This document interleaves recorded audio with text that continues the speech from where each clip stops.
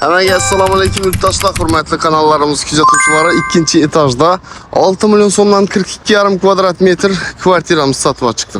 Korobka holatda Elite House kompaniyasi stроительный firmasi qurgan sifatli domlarda Raycenter bozordan o'tgan yerda shunday ajoyib domlarimiz liftini ham ega do'stlar. Oldilari keng, orqalari ham keng parkovkalarga ega, yo'lning ustuna qaragan, oldindagi bu katta ploshadda do'stlar gücümle ekilgan. Bular hammasi gücüm do'stlar.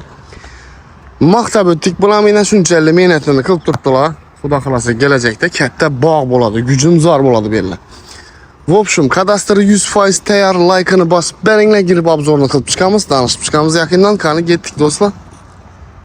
Biling do'stlar, kvartiramizga yetib keldik. Bismillah. Bu girish qismimiz, o'ng tomonda prixojniy zonamiz. Baland solingan dom ekan bu, balandligine gap yo'q. Eshiklarning ustidan ham bilinib turibdi do'stlar. Bu yerda lift o'yimiz.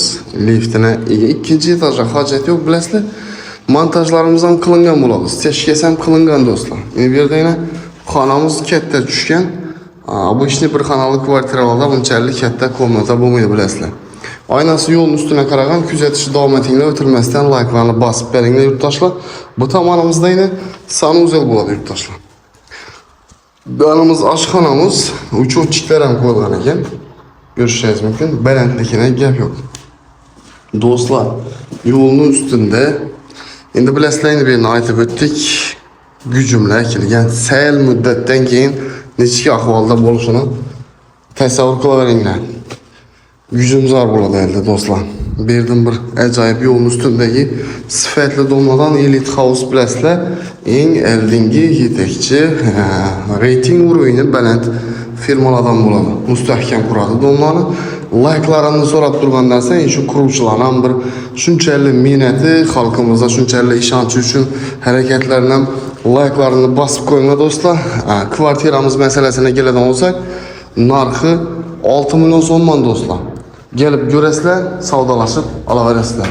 Azgına qaytıb beraman deb turibdi, ko'p qaytılmaydı. Yurtdaşlar tolka naq pula satıladi. Like'larni bosib o'tirganlar, bizani qo'llab-quvvatlab o'tirganlar, ilohim Alloh taolo hammangizni bir sifatli, yaxshi uy-joy imoratlariga yetirsin, bizani sababchi qilsin.